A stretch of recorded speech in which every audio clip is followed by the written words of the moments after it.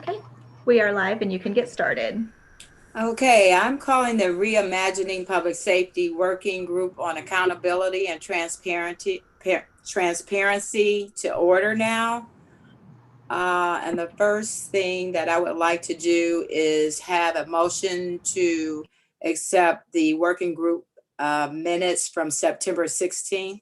Do I have a motion to accept those minutes? I'll make that motion. Thank you. Do I have a sec? All right, thank you for a second. All in favor? Aye. Okay, motion carries.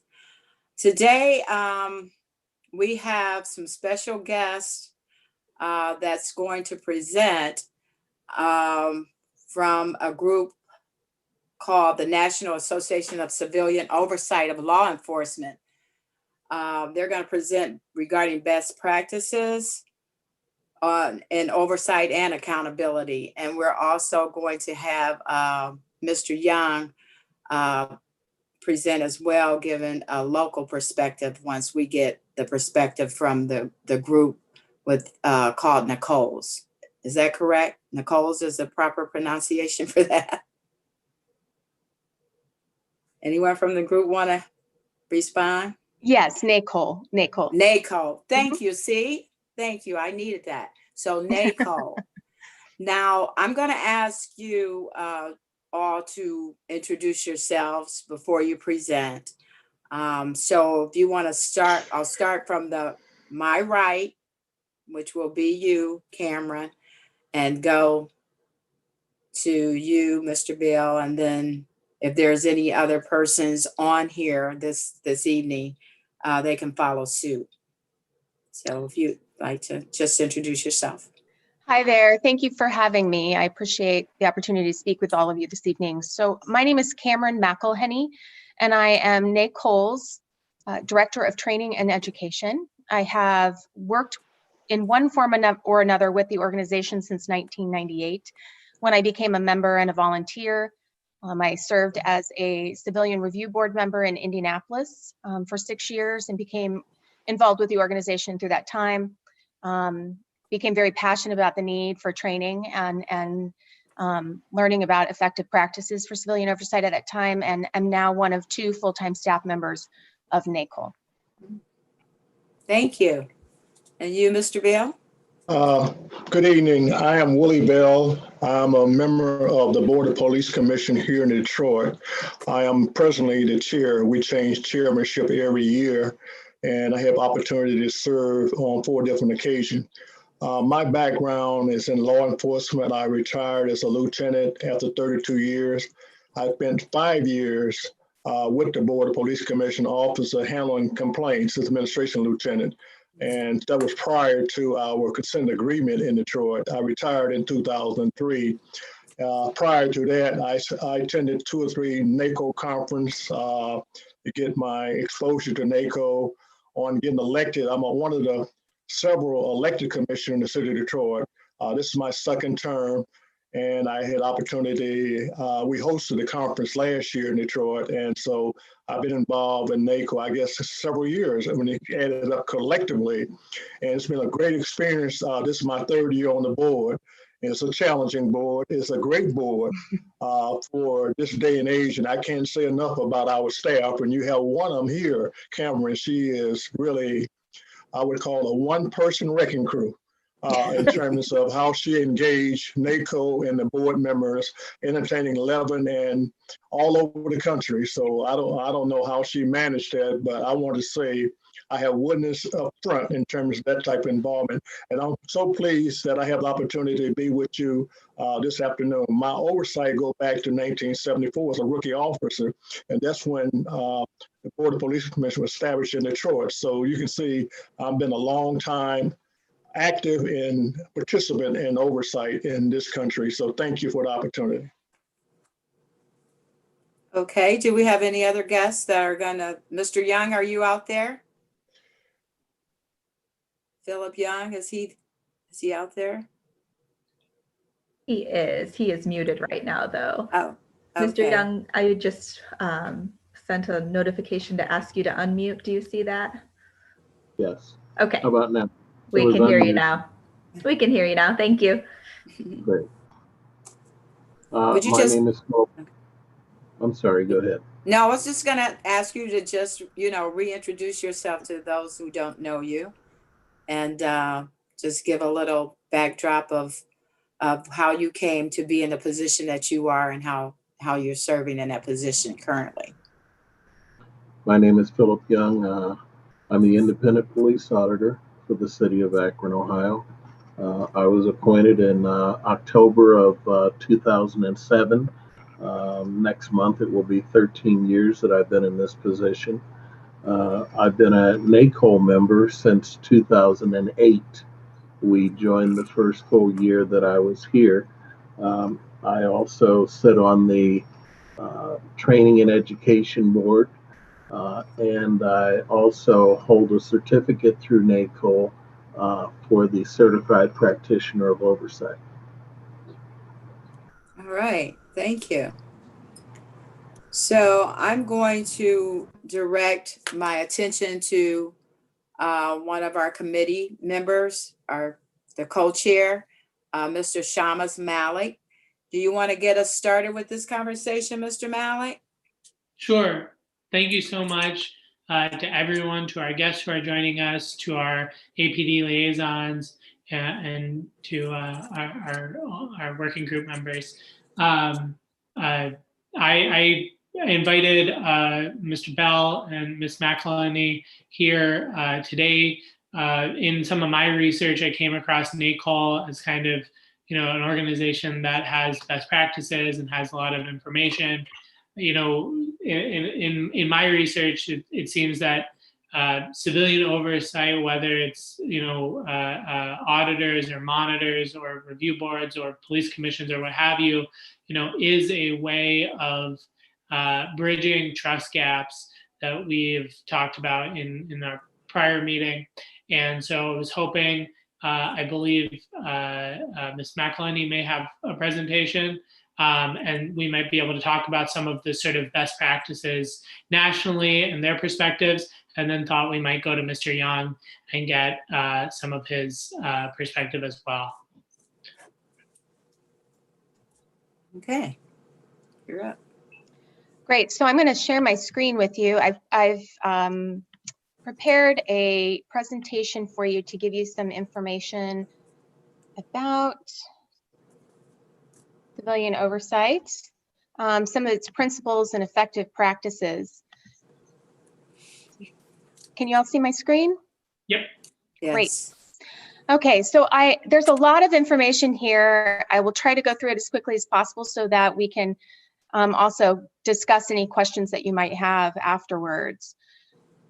So first I want to talk a little bit about civilian oversight. So one of the things I always start when we're talking about civilian oversight is with this statement, is because a lot of times people think civilian oversight is something, it's a cure-all. And so I like to remind everybody that while the establishment of civilian oversight alone cannot restore law enforcement's legitimacy, it is difficult, if not impossible, to maintain public trust without it. As such, developing effective and adequately resourced civilian oversight is among the several strategies that must be employed to rebuild community relations with law enforcement. So I like having that as a backdrop, a reminder as we talk through establishing or enhancing civilian oversight mechanisms. So oversight has been around in one form or another for a long time. We see our first civilian review boards in the early 1920s in the United States. Civilian oversight has often been seen as reactive. It's often created after a high-profile incident or a scandal. Every oversight agency in the country almost has that story that they tell that explains why they or how they came into creation. But it also is a mechanism that often responds to individual complaints, emphasizes legalistic rules, relies on deterrence. But we do see a movement more and more as it becoming more and more proactive. So not only does it still have that reactive nature because it's responding to individual complaints of misconduct. It also works as exploring problems proactively through the investigation, analysis, and collection of data. It looks for underlying causes and issues, so it can look for a root cause and try to offer suggestions so that perhaps we can fix a problem before we get to an end result that creates a reactive situation. It focuses on organizational change, on the reduction and prevention of misconduct, and really works to build relationships between law enforcement and the greater community.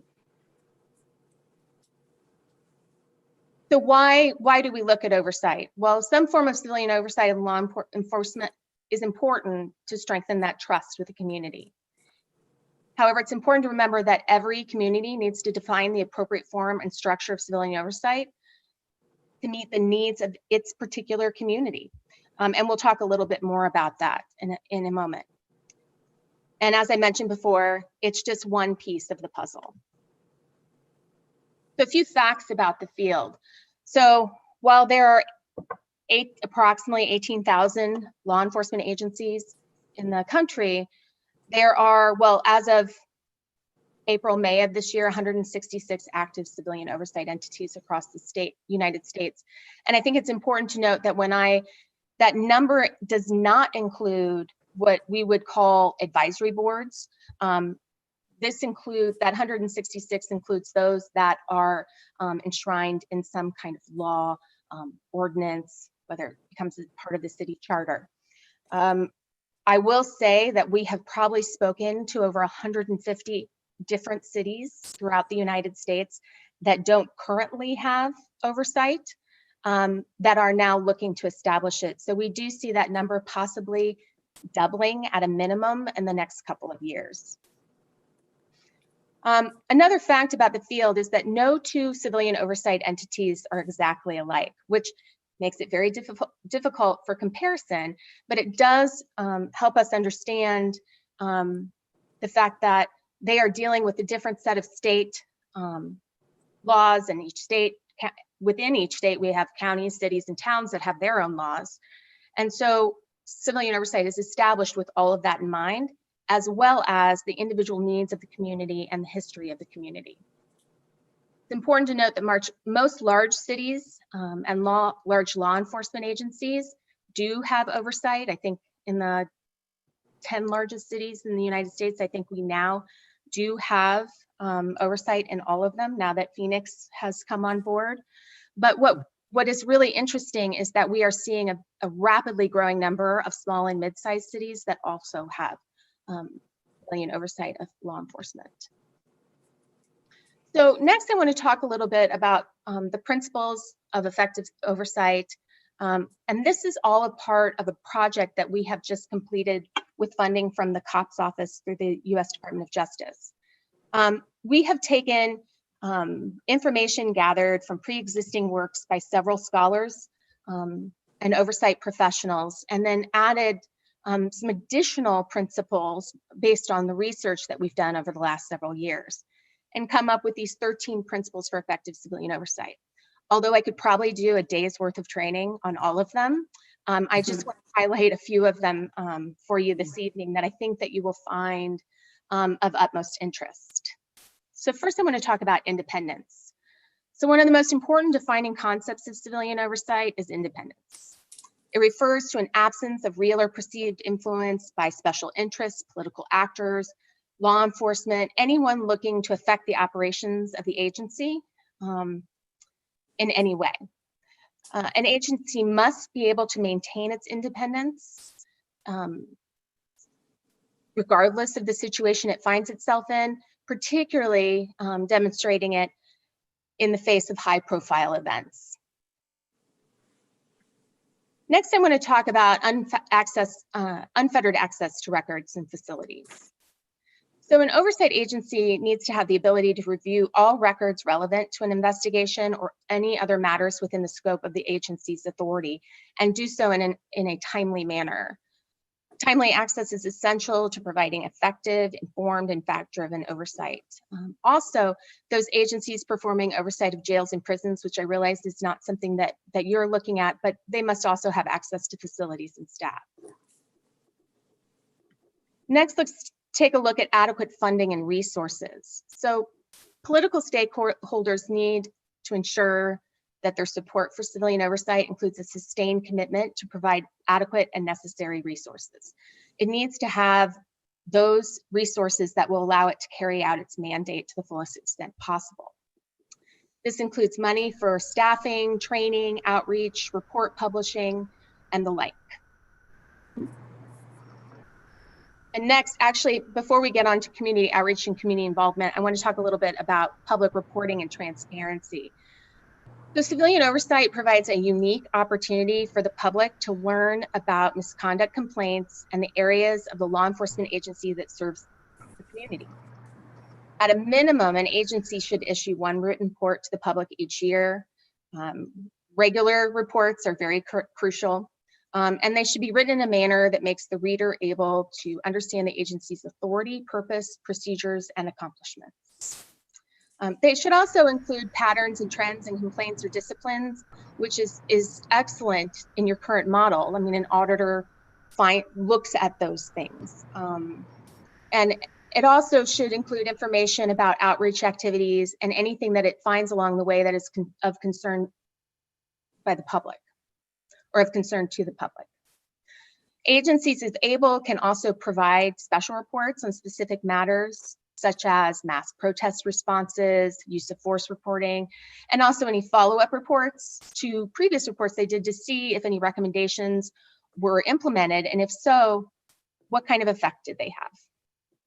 So now let's move on to community outreach and involvement. I'll do those two together. So the outreach piece of this allows an oversight agency to build awareness of its existence, solicit community input and involvement, and facilitate learning, building relationships, sharing reports and findings, and building coalitions.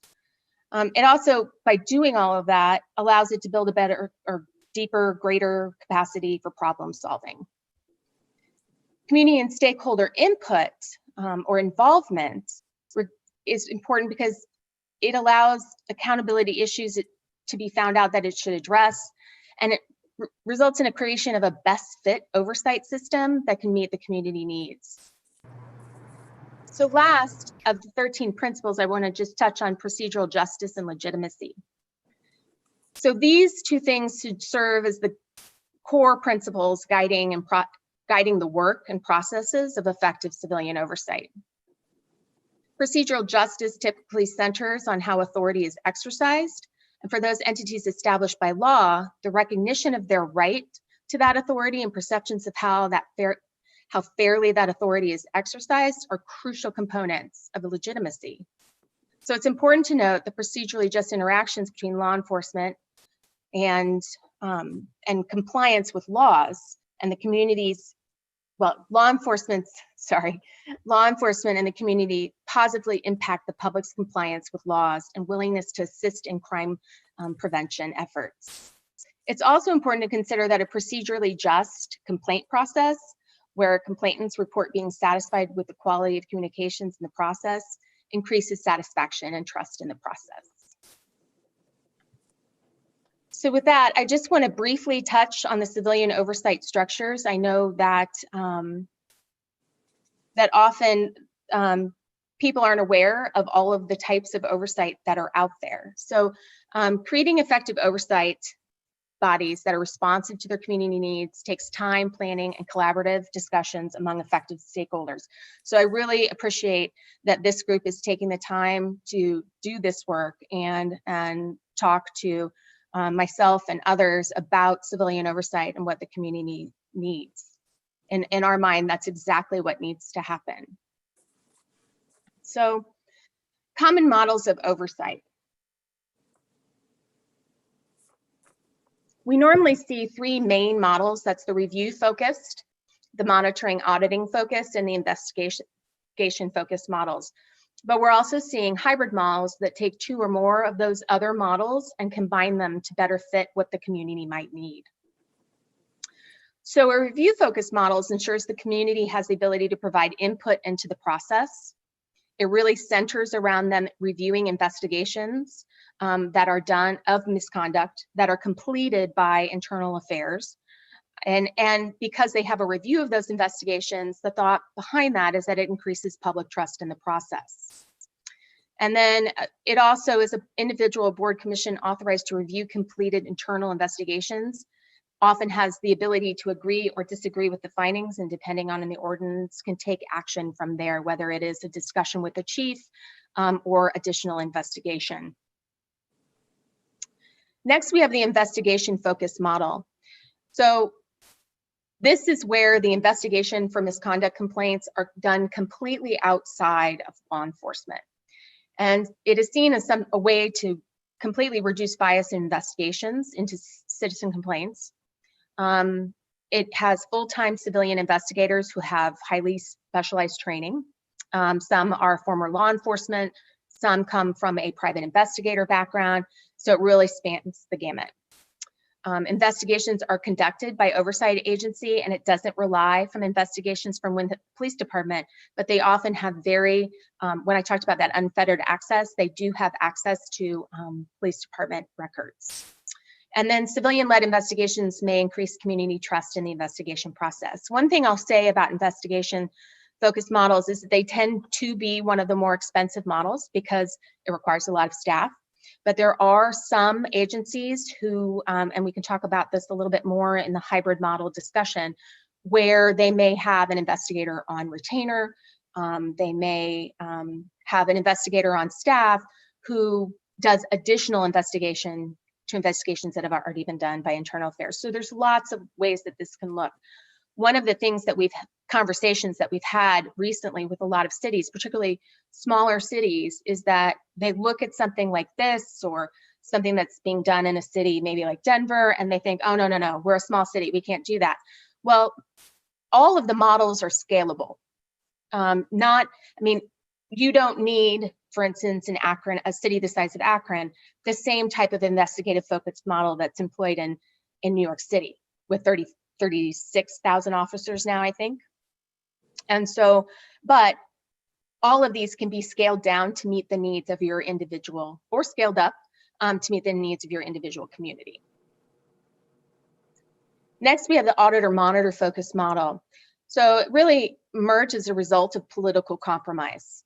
It was a way to look towards proactive change, organizational change in police departments. It also allowed someone outside of the sworn chain of command to do work and look at what was going on in a traditionally opaque environment. They often have very robust reporting practices, promote long-term change in police departments. They do tend to be less expensive than full investigative agencies, but more expensive than review-focused models. But again, it really kind of depends on how you're employing it. It allows the agency to actively engage in many or all of the steps of the complaint process, whether that's from complaint intake. I know that in some cities they allow the auditor to submit questions to the investigators who are interviewing complainants so that they can make sure they have the information they need as they're doing their work. So there's a lot of ways that auditor monitor focused models can work to actively engage in that process. Next, I want to talk a little bit about the hybrid model. So as I mentioned before, it contains elements from the other models. It's been developed to address the needs of specific communities. For instance, in many cities now we're seeing auditors with civilian review boards, and they have slightly different mandates, but they work in tandem to provide proactive change and community involvement in the process. And sometimes it is a modification of a previous oversight agency, and they are increasingly common. It's becoming, particularly as more oversight agencies come online, it's becoming harder to find this is a review board model and this is an investigative model, because they have these elements from other models that they've kind of woven into their system. So we'll go on to framework for effective practices.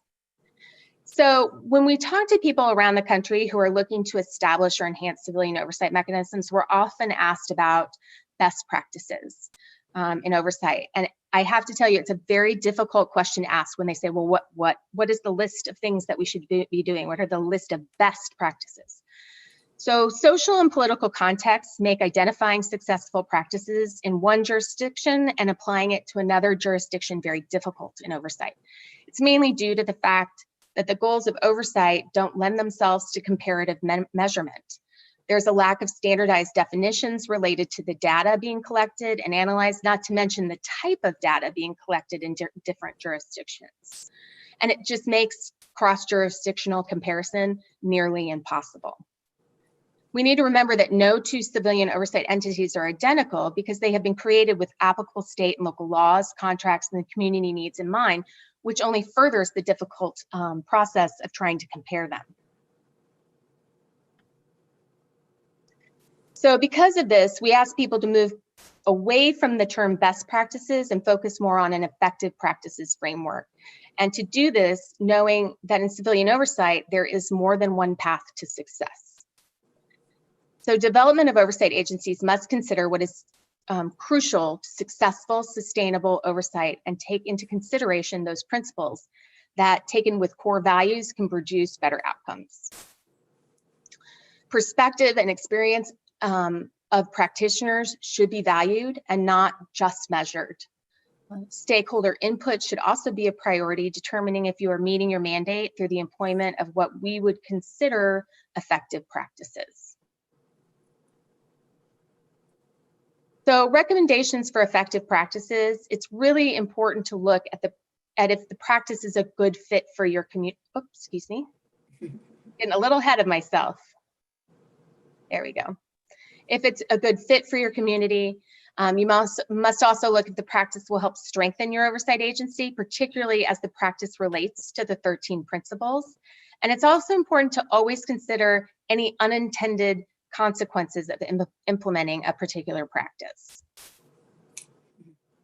So we, in our work in the last several years, we've made over 30 recommendations in 17 areas of oversight practice. This includes everything from diversity and inclusion of community members, to access to law enforcement databases, to training, to investigation manuals, to critical incident rollouts, to special reports, to targeted outreach, and much, much more. I think it's very safe to say that we have just scratched the surface here, but we do think that this is a great place to start when anybody's looking at either implementing or enhancing or just making sure that an oversight agency has the support it needs to carry out the mandate and the needs of the community. So I am happy to share, although the report that has all of this information in it is not yet published, we do have some pre-publication summaries, including one on the 13 principles, the recommended effective practices, and one on that gives a lot more detail on the different models that exist out there. So with that, I will be on the line for any questions that you might have. Okay, does anyone have any questions right now, or we should just hear the next presentation and then let's just hold off with our questions? So our next presenter, will you be presenting, Mr. Bell, or are we just going to hear from Mr. Young right now? I can't, you're muted. Yes, ma'am. I will be speaking briefly, but I think we want to hear from Mr. Young. Okay. Mr. Bell, I think if you'd like to go first, I think Okay. have you go first and just talk about your experiences. Okay. Well, primarily, I think Cameron laid out the concept of oversight in the United States of America. And we have been around since 1974, based on the charter in 73 and established in 74. It was expanded in 2012, supervised control of oversight in Detroit. And we also extended that to, prior to that, from 1974 to 2013, commissioners were 5 appointed by the mayor. And in most cases, these was all prominent people in the community, from religion to law to union and business component. So the people wanted more involvement of the community. So they established election by district, same concept we have for the city of Detroit government. And I was very fortunate to run and get elected and reelected. So there are 7 commissioners that's elected, and the mayor has 4 appointments. However, if a commissioner leaves from elected position, the mayor has opportunity to appoint. We are in the process of another charter revision now, and they looking at the entire city charter, include our Board of Police Commission. I don't know what the outcome would be perhaps next year, but overall, I'm pleased with the appointed position too, because it brings people with some type of executive skills and managerial skill, whereas you bring people just from the community, they lack those skills and have sometimes a political agenda that's contrary to trying to serve the community in terms of oversight. It's a misunderstanding. I think that's what I have discovered in the last several years, in terms of some individuals just have opportunity to make a difference and not looking at the overall thrust or oversight. We are not the executive of the police department, the chief of police, and primarily the mayor appoints the chief. As you well know, in this last year or so, 27 police chiefs have been asked to resign or step aside or fired in this whole process of criminal justice reform. So with Mr. Mr. Floyd, I think you see a whole transformation in reference to oversight as we know it. I think there's a wonder of success, of involvement, and overall. So, and that come, but notwithstanding with oversight, we spent 13 years under the Justice Department scrutiny with the Oversight Board in Detroit. So, as Cameron pointed out, it's not the panacea for all those concerns, because we had some serious issue in terms of violating people's constitutional rights. Now we are a better department because we follow those guidelines, the 21st century and all those issues, but we're still not a perfect model. We just handle non-criminal complaints. We don't get, even though the chief might report out if he cared to about different issues that we face with force and more serious shootings, so he might report, but we don't have any authority in that area. And some people think we should have that authority, but right now we do not have the authority. We have to stay in our lane, but we do interact in terms of the dialogue. But the bottom line is we don't have that authority. And also my involvement was in terms of the Black officer movement, that's another part of a key part of being involved with the National Black Police Association on the national level, also on the local level. As you might be aware that we have a national executive called NOVA for Black inspectors and above and chief of police that engage. I think they are more funded and more staffing and got more expertise in terms of National Black Police Association. So my concern is that with the issue about defunding policing, I think now they have backed off of that in terms of the basic concept of defunding policing, because as you well know, and I would say in Detroit, in urban America, folks want more, I wouldn't say law and order, they want more peace and tranquility and more police protection, because in most cases, they are the one who become victims. As you know, we have surfaced being #1 in the country in terms of crime,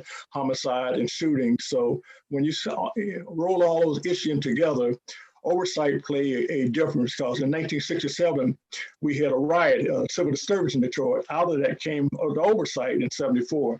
So when you measure up why we not really engaging, we've been through all of that.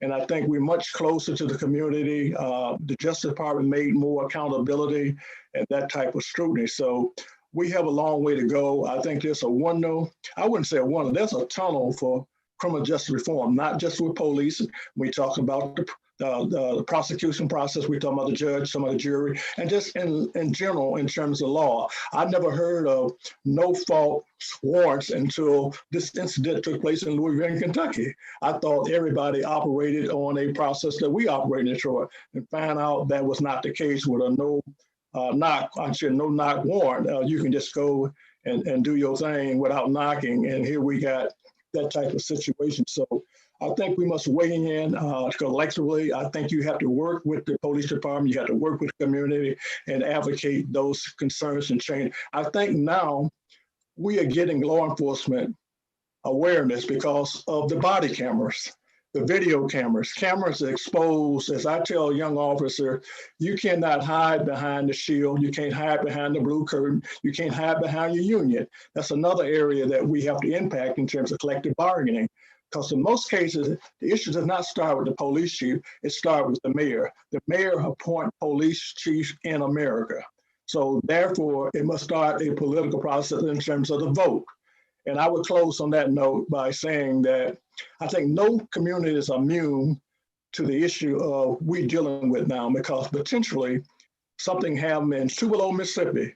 It have an impact in Detroit. We have witnessed that. So we must address those changes. And being a Black man in America, when we talk about Black Lives Matter, policing need to understand that. There got to be dialogue about racism. And just because we aggressively recruit Black officers don't mean they are the solution. They're part of the issue of trying to solve something. Just because we have a Black police chief, that don't mean we have arrived, and we have witnessed that too. So those issues are valid issues, valid concern. And I think I'm glad we having this type of debate, we having this type of interaction. I think it must be ongoing, but it must come back to the ballot in terms of voting, in terms of impact in the political system. Thank you. Thank you. Okay, Shamus, you want to bring up Mr. Young? Sure, Mr. Young, would you like to, and thank you both to both of our presenters, I really appreciate those thoughts. Mr. Young, would you like to talk a little bit about, how you, your background, and then what your day-to-day role has been in the city this last more than a dozen years? Yes, thank you. First of all, I want to say, Willie, this is Phil. Thank you for coming on in such a short notice. I know I just gave you a call a couple of days ago, and thank you so much for being available. And Cammie is has been to Akron, Ohio, just a few years ago when we had our regional training here. So thank you, Cammie, for coming on and giving us all that good information. I'm going to start with the questions, some questions on my day-to-day functions. And it's a little strange because I don't know if you can call them day-to-day, because I'm on call 24 hours a day. So my day-to-day doesn't start at 8 o'clock in the morning. It starts whenever someone gives me a call, whether it be in the middle of the night or in the evening. I'm always available. My calls are forwarded, so I'm available 24 hours a day.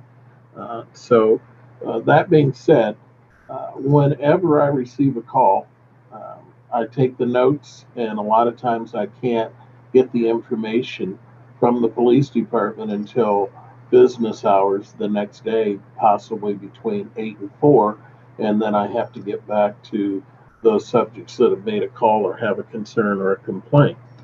So I start out with review, follow up. Just in the last couple of days, I think I was shipped over about 2 complaints and about 10 use of force cases. And I review each and every one of those complaints, use of force cases, page by page, to make sure all the information is there and that they're done completely, unbiasedly, and fairly. And that being said, it takes a long time because you have to do that with everything else that's going on. With the phone ringing all the time, there's another situation, there's another complaint. I always try to stay in contact with other agencies. Mr. Bell can tell you that we have a very good relationship with Detroit's agency, and there's a bunch of others. So there's a lot of things there that go on during the day-to-day. Thank you very much. You know, you started, I believe, in 2007. Can you talk about, staffing? I believe initially you guys had an administrative assistant, and can you talk about your hours and how they've changed over the years? In 2000, I think it was October 21st, 2007 is when I started, and it was a 40-hour full-time position. In November 16th of 2009, and shortly thereafter I started, within 2 to 3 months, a secretary came in, but she was only here for about a year, and in 2009 took the buyout, and at that time in November, the hours of the auditor were cut to 20 hours per week. And one of the questions that I always got is, can you do your job in 20 hours a week? And the answer was no. You can't do this job in 20 hours a week. So I would be here 30, 40 hours, whatever it took to make sure that I got things done. And that continued on until March of this year. And then the hours were extended to 30 hours a week. Is that enough? No. I'm still here longer than 30 hours a week. 2 years ago, for the first time since 2009, I was given an intern of 20 hours a week. And this was so helpful, I can't believe that we actually dug out from underneath all the things that had happened in the last 10 years to get filing done and to get some of the other things that just had to wait. We couldn't do them. And I only had that intern for about a year, and I would love at some point in time maybe to get another intern. We don't pay them much, and if it's the right person, which this intern was, we can get so much done. Mr. Young,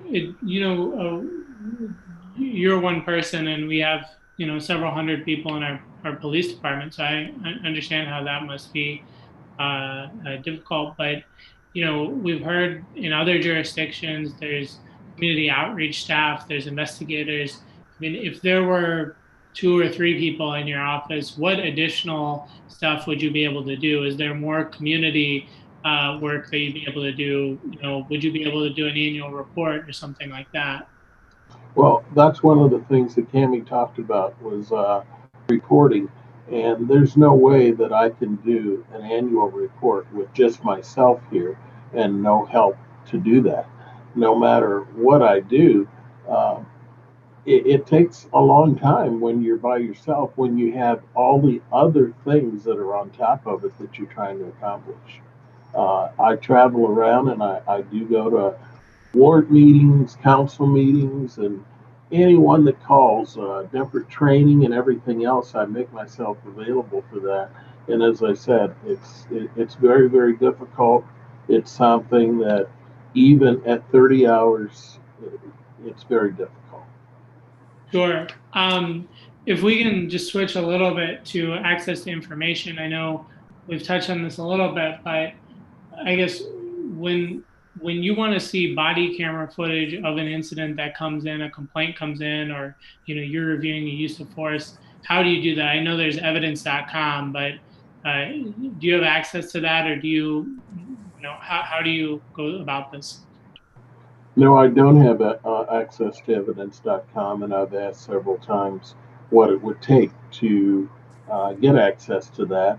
And I've gotten different stories. One is you don't have a license. Well, a license, I believe, is $180.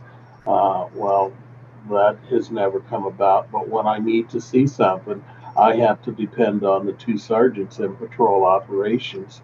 I will give them the information on where the incident occurred, and then they have to review those body camera footages, and then I have to go on what they tell me actually occurred in those body camera videos. And we certainly, I was just going to say, we certainly heard last week from, Sergeant Kaplan and Sergeant Spano and how closely they work with you. And certainly that's something that I think reflects what Cami was talking about of how important those relationships are. But wouldn't it be a lot more helpful, a lot faster for everyone involved if you were just able to look on evidence.com yourself when you see something come in? Oh, it would be tremendously helpful, but that's something that hasn't come into play at this point. Then I don't have to tie up those two people. And a lot of times when people call in and they say, this happened or that happened, I have to call them, and then they're busy. And sometimes they tell me, hey, I'm really busy. I'll try to get to this today or later and give you a call back. And so then a day is lost in between. So yes, that would be helpful. Switching gears to the IA Pro or Blue Team, the early warning system that I think we purchased several years back, and sounds like a great program. I understand you don't have access to that too. Is that something that would be helpful to have access to? I can imagine as an auditor. When the IA Pro first surfaced, it was said that I would have access to that. I went to all the trainings. It's something that's still in the works. I understand now that it's only inside the police station, and my office is not located inside the police station. So I guess that's why I don't have access to it. Would that help? How would that help you if you had access to that? Well, again, you can just use it as a shortcut when you're looking at things. I get the completed reports now, but if someone gives me a complaint, I somewhat know what's in that complaint, and I can follow up on that complaint either with the complainant or with the two sergeants in patrol operations. But those complaints that come in that are taken by the police department, I never see those until they're done. Uh, when that complaint is totally finished, and it's gone through all the channels, then it's given to me, and sometimes I don't see those for months after they've been uh, filed. So it's very, very difficult to try to have input on something that you don't know anything about until it's all over. Sure. If we switch gears to like training, do you observe some of the in-service or the recruitment training? I try to attend each year as best as I can all the in-service for the officers and the supervisors. And when we have a new recruit class, I also like to go in and spend at least a few hours with them. I will call the training commander and ask if I can come in and talk to the new recruits. And that's pretty much worked out pretty good. I think all but one class I just couldn't find the time. And then again, it's hard to find with the hours that I work time to go in and spend the whole day. Even with in service, the APD in service is usually anywhere from 2 to 3 days. I can't afford to stay there 2 to 3 days out of 1 week. So I'll have to go a morning 1 week, an afternoon another week, a morning another day, and it takes me a month or so just to get through the in service. So when you go to officer-involved shootings or in-custody deaths, do you have involvement in that process at all? Yes, I'm called to the scene at all the officer-involved shootings or in custody deaths. There's a ring down list, which I will go out to the scene and make sure all the APD protocols are followed. And are you involved at all when officers give statements? Do you observe that process, or is that just handled within the Detective Bureau? No, that's something that I'm asking for at this point. I would like to be present when the officers make their statements, because after you're there at the scene, the day of the shooting or night of the shooting, if there is not something very peculiar where I will be involved, the only information I receive on that is through the newspaper or the TV stations as follow up until I receive that completed case, which might be 2 years, 3 years from now. Sure. I just have one last question. You've served in your role since 2007. I'm sure you've seen a lot. What are the things that you see that the department does well, and what are areas in which you think there's room to improve?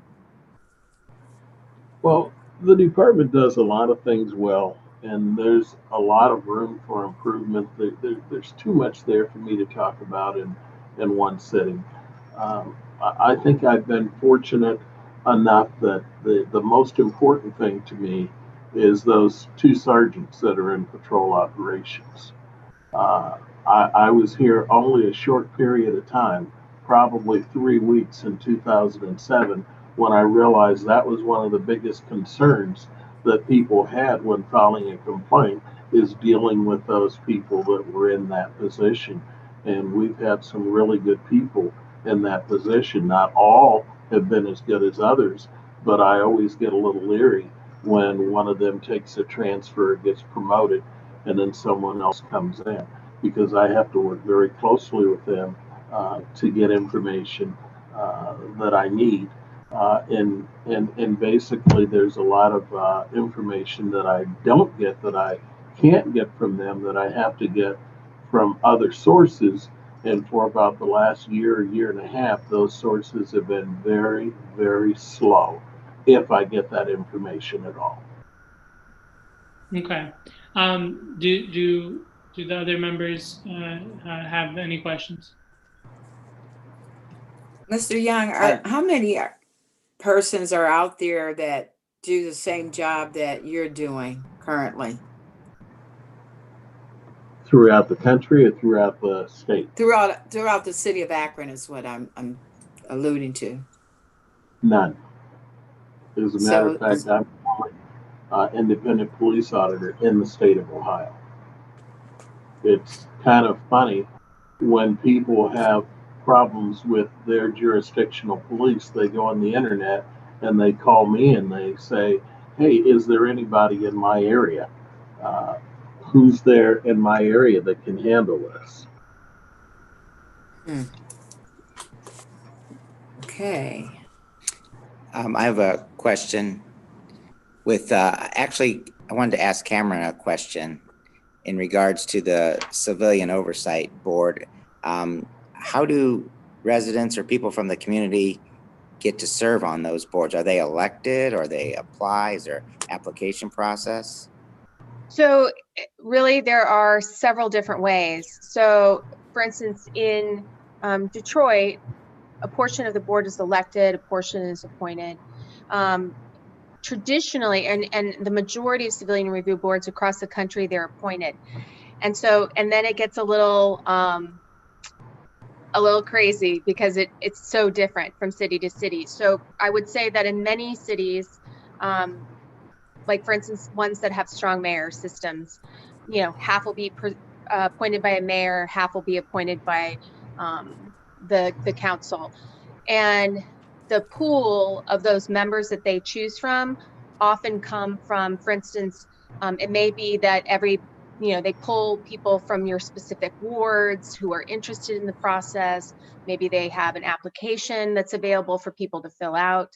And in some cities, they've written into the ordinance where they have specific agencies within the city that they want them to represent community advocacy groups. For instance, maybe there has to be an appointee from the NAACP, or perhaps there is an immigrant advocacy group, and that's someone that you have to have. So there are cities who do it that way, others that just pull from a group of applicants. Mr. Bell, could you maybe speak to the same question? And I guess, one of the things is you have a background in law enforcement, and, the intent, I think, is to have this function be collaborative, right? If people are bumping up against each other, that doesn't help anyone. That doesn't help the department, doesn't help the community. Can you speak to your role? Yes, sir. Well, Cameron outlined the process. In Detroit history, you have to be connected to the mayor in some form, NAACP, the union, or the medical field, or the business field. You have to have that type of clout with the mayor up until this charter change. So therefore, I would not, as a law enforcement person, I would not have been able to serve, more likely not appointed to that board. But the electoral process gave me an opportunity to serve on that board, among others who now come from the community. which is, but I'm advocating we need that balance. I think that the point of position by the mayor is very important to look at the expertise and what people bring to the table. And that besides going through, as they stated, you never know what you're going to get in terms of the electoral process. And it's been very interesting, and I can speak from experience of going through 2 election cycles of what we end up with. But I think that we can make a difference in terms of the whole process of when you arrive. Most law enforcement do not respect oversight. They have a tendency that you don't understand the policing, you don't understand the culture, you have no idea what we're going through. You're not putting your life on the line, but you can sit back and play Monday night quarterback. You have no idea. So I have a whole lot of respect in terms of my involvement with law enforcement because I have that type of background. But the bottom line is, but I also have background with civil rights in terms of NAACP board, coalition. I've been involved in that type of involvement my whole professional life. So when you measure all of that, I think that we must sort of come together, see how can we approach it from a perspective of trying to make this is a better department. As you well know, most offers are good, but when something bad happens, that's when the accountability come in. Are we going to make them accountable? And basically in the past, well, I wouldn't say the past, we have witnessed that's not the case. When Mr. Floyd lost his life, that officer looked in the camera and didn't bat an eye. For those 7 minutes, he was not concerned about the consequence. He just knelt on that person and had him, and the other officers stood around. So you could go back to Rodney King, not guilty. When you go back to the history of it, but now that clock is changing somewhat, and therefore we must deal with that type of accountability. But like Cameron laid out all the issues ago, we went from a 7-person staff. We have over 30 people on our staff now. We're going to add 2 more because the area that we impact is policy. When we talk about the chokehold, we talk about body camera, we talk about trade. That's where we have an impact is policy.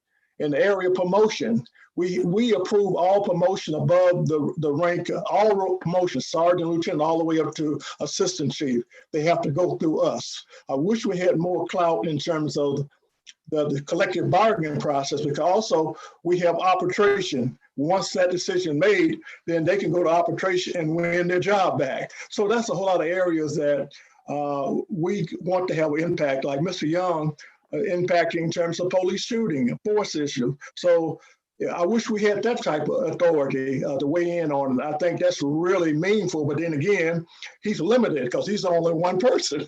So when you see all the pros and cons that we talk about, oversight, review, whatever, we have a long way to go to try to have a really meaningful impact. And that's why even the community, even though we've been around since 1974, people say we just a rubber stamp. We just part of the system. We are really not doing our job. So that's the type of scrutiny that we have come under most recently. Thank you. I don't want to take up too much more time, but Cameron, I just wanted to ask you, and you can also chime in too, Mr. Bell. Yes, ma'am. What is one of the biggest initiatives or situations you guys have tackled and you came out on top, where there was a good resolve for the end point that you met?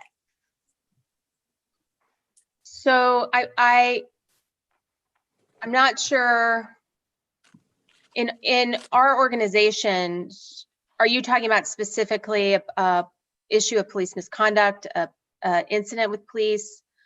Is that what you're referring to? Whatever you would like to share that you guys do as far as impacting and your oversight of law enforcement. So that's a good place to start. You can start with law enforcement, a situation where you guys had to deal with that and how it came out for you. Okay. Well, so we mostly deal with the agencies who then deal with their own individual law enforcement agencies or work in collaboration or investigate. I would say that as an organization, what we've seen in the last several years is an incredible growth and understanding. We still have a lot of education to do, particularly with law enforcement, to make them understand that we are not an anti-law enforcement mechanism at all. In fact, working to build community law enforcement relations is something that we strive for, because we've seen in communities where that trust is built up, police are able to do their job better because they have a community that trusts them to do that job.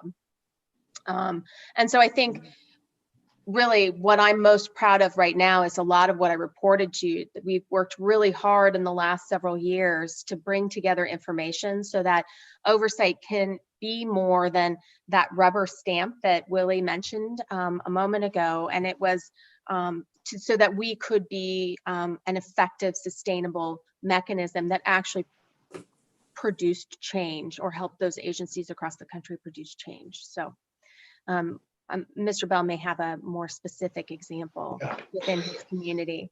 Yeah, I think Cameron's outlined those concerns, and I think it's very important that we have a national oversight, a national body to weigh in, to be that guiding light, that assistance that's needed for all these issues that we impact. We are not out there by ourselves in Detroit or Akron, whatever, but our biggest impact is reference to policy, that we can impact policy.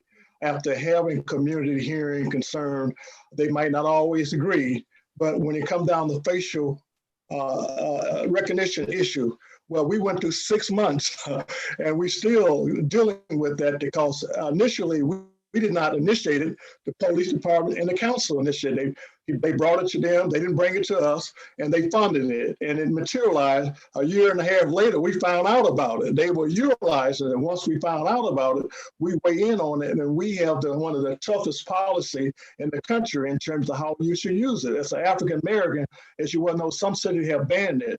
But we understand the issue. We went through the process, and we are wrestling with that. But policy, promotion, and discipline, I think those are areas that we are trying to say, if you got a discipline record, we're going to impact your career choice. If you can hit them in the pocketbook and hit them in terms of not having those opportunities, you're going to make a difference, because as I mentioned, that officer, he had no fear that his career will continue down that path, and that's been the case throughout this country. But I think now we have, the public has gotten their attention, but we must work together.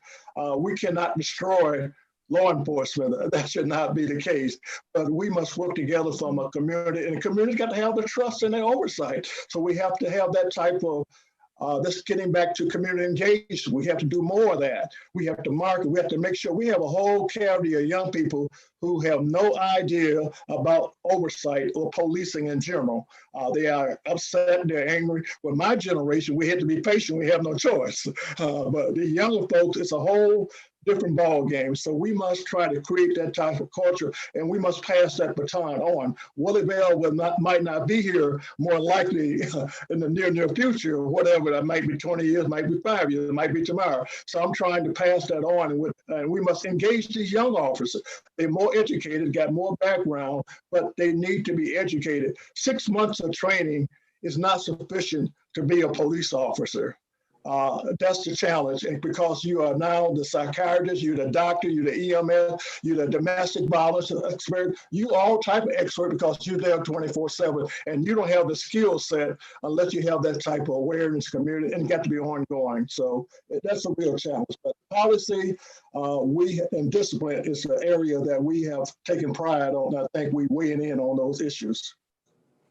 Well, thank you very much. I want to thank both of you guys for coming, and also you, Mr. Young, for sharing with us and, educating us and enlightening us to some things. I mean, the information is great. It sounds like you're doing a great job in the area that you're working with the agencies, Cameron, and also you, Mr. Bell, working on those policies and working with the mayor to try to make good change. So thank you so much, and thanks to Shamus and Mr. Young for helping to get you guys here. And hopefully we'll hear or maybe see more of you. You know, maybe we could get some of that training that you guys are in charge of or something as a council or something like that. So maybe we can talk about those things down the road. But thank you. It's been very enlightening. I really appreciate you guys coming and sharing with us tonight. Well, Thank you for the opportunity. yes, I appreciate having the chance to speak to all of you. Please let us know if we can be of any further help. Thank you. Okay, is there any other questions or comments before we close? Go ahead. Ms. Go ahead, Baylor, I'm Shamus. going to see if we want to, if Lieutenant Brown or Sergeant Kapler want to say anything or add any of their input on the discussion. Also, I know that in our past meeting, we had talked about, you know, that 2-year rule in the contracts about looking back on similar offenses for discipline, and it was in the paper today, so we wanted to make sure to clarify that. You know, that 2-year limitation on looking back for second or third degree offenses is only for minor offenses, not for major offenses. So I did want to make that clarification. But anyways, I just wanted to see, make a chance for our liaisons to speak if they'd like to. Okay, I apologize, Lieutenant Brown and Sergeant Kapler and also Sergeant Spano. If you guys are out there, I do apologize. If you want to have something, some input, feel free to just chime in to the comment that Shamus just made. I'm sorry, I can't see you, so I apologize. Yeah, this is Sergeant Kapler. I just wanted to thank our guests for coming on today and sharing with us their experiences and some of the best practices. We're fortunate to have Mr. Young here. He works very well with us, and we've had a great working relationship with him. And you know, once again, I just wanted to thank you guys for coming on. It was very enlightening.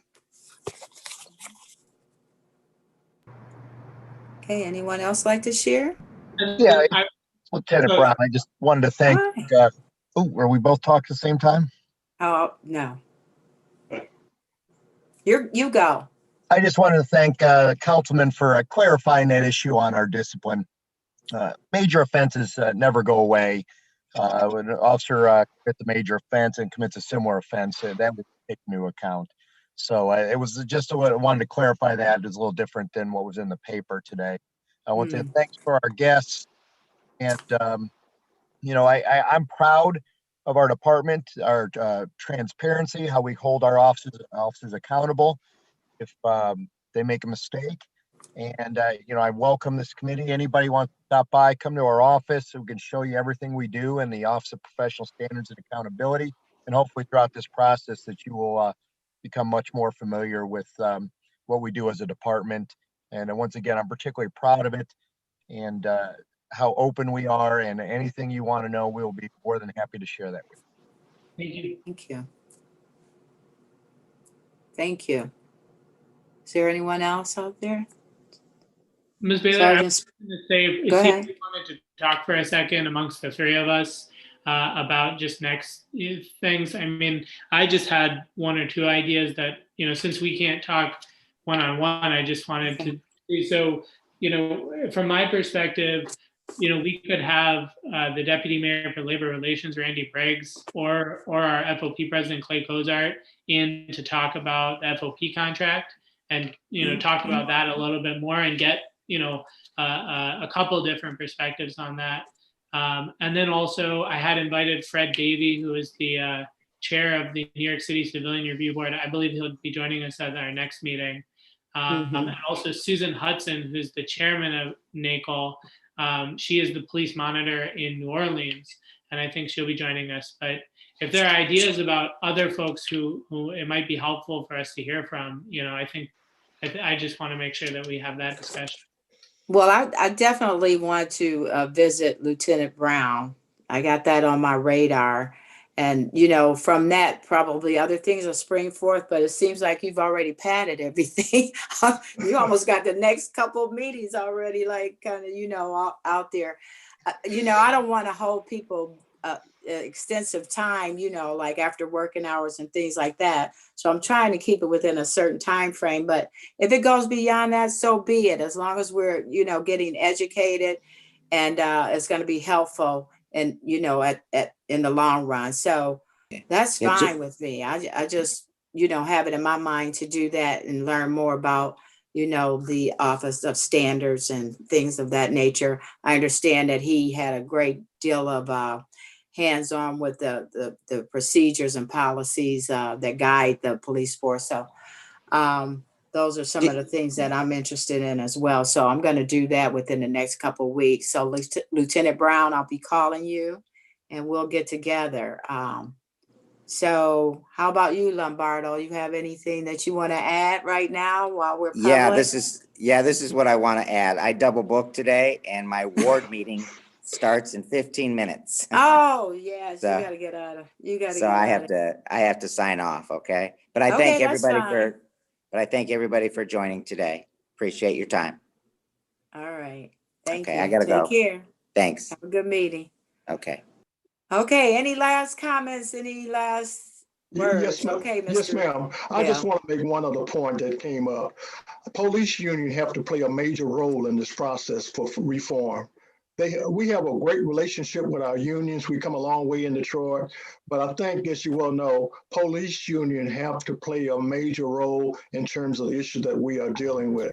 They just cannot say we're going to defend bad cops. I understand the collective bargain. I understand unionism. I'm a union guy, but they have to be accountable and be part of this discussion in terms of reform. And that's the reality here. So I think that's a very key part that we don't talk about in NACO, but in terms of my business, we have to, because union has played a historic role. And as you know, this president stated he has all the law enforcement support. So that tells you something right there about the issue of law and order. So we have to engage police union. They have to understand they got to come to the table. Thank you on that note. All right, and thank you. Anyone else? Hearing nothing else, do I have a motion for adjournment? So moved. A second. All in favor? Aye. Aye. Aye. Thanks, Thank- and safe travels to you guys.